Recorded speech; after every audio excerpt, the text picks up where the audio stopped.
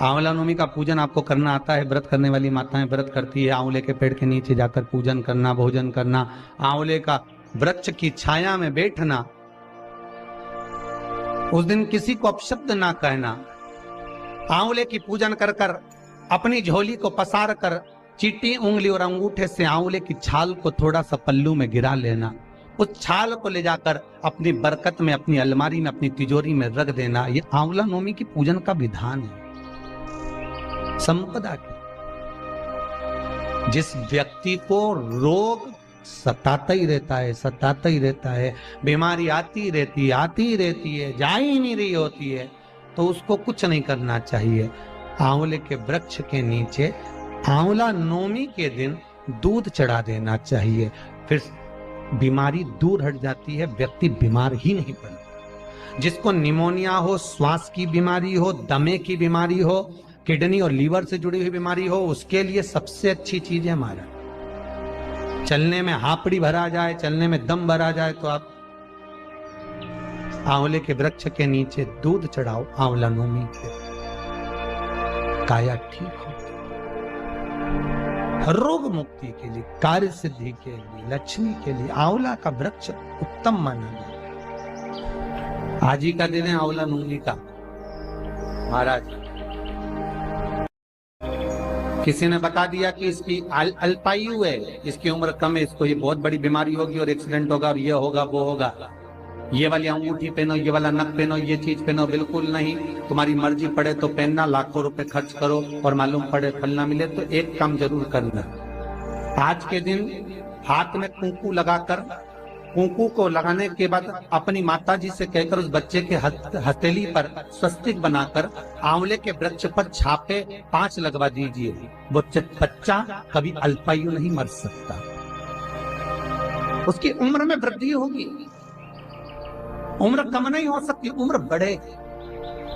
सौभाग्यवती माताएं आज आंवले के पेड़ के नीचे पूजन क्यों करती है? सौभाग्यवती माताएं आज आंवले के पेड़ के नीचे फल का दान क्यों करती है? सौभाग्यवती माताएं आज ब्राह्मण को भोजन आंवले के वृक्ष के नीचे क्यों कराती है? सौभाग्यवती माताएं आज आंवले के पेड़ के नीचे बैठकर भोजन क्यों करती है? अखंड सौभाग्यता के लिए कि आज मैंने अगर एक बिंदी भी दी है, अगर आज मैंने मेहंदी भी दी है, आज मैंने जरा सा कुंकू का भी दान आंवले के वृक्ष के नीचे करा है, तो उसका फल मुझे हजारों गुना मिलना चाहिए।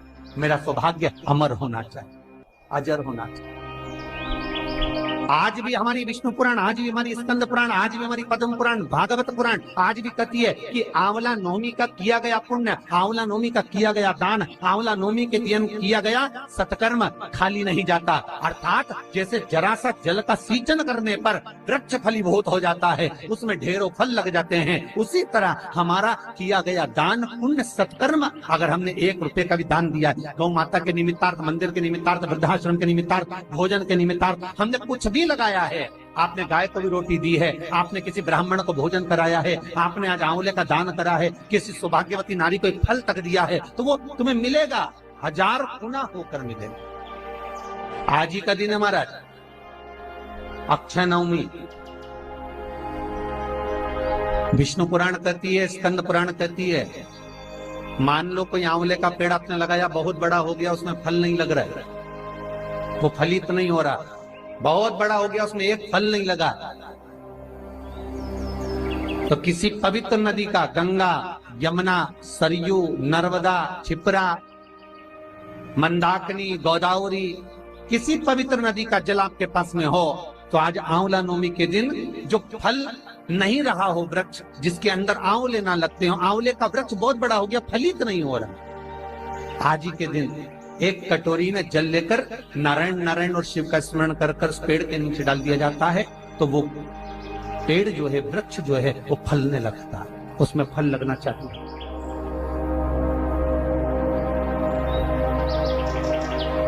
और इतने फल लगते हैं कि आपको आश्चर्य होगा कि इसमें तो फल ही नहीं लगते, तो इतने फल कहां से आए? कई लोग कहते हैं महाराज जी ऐसा होता है, इतना बड़ा पेड़ हो गया, हमारे यहाँ फल नहीं लग रहा है, ऐसा होता है क्या? आंवला नवमी के दिन जल छोड़ दो तो अलग, तो करके देखो ना प्रैक्टिकल। ना महाराज कहीं जा रहा है, ना आंवले का पेड़ कहीं जा रही है, ना तुम कहीं जा रहा है, करो।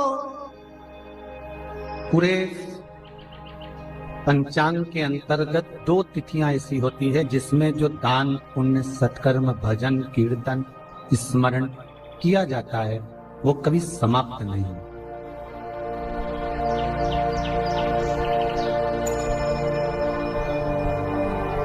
एक है अक्षय तृतीया आखा तीज और दूसरी है अक्षय नवमी आंवला नवमी।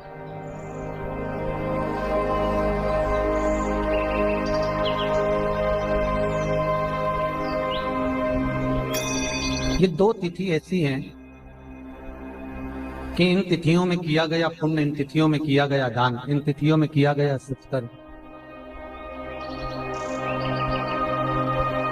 जीव का कभी समाप्त नहीं होता, वो अजर और अमर है।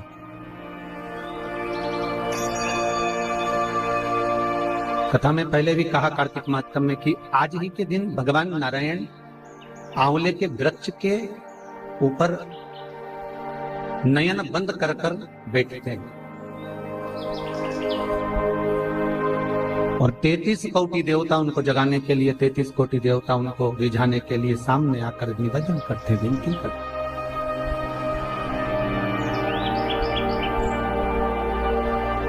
नित्य प्रति प्रार्थना करना, निवेदन करना। कार्तिक का एक महीना ऐसा है जिसके अंतर्गत ब्रह्म मुहूर्त में सूर्य की किरणें प्रकाशित हो उससे पहले कार्तिक का स्नान हो जाता है।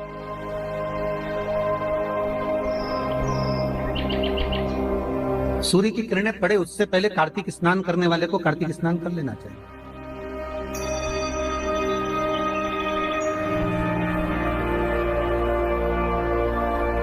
कार्तिक महत्तम की कथा में आपने पढ़ा होगा कि सूर्य के प्रकाश के पहले स्नान की महत्वता क्यों कही ब्रह्म मुहूर्त के अंतर्गत।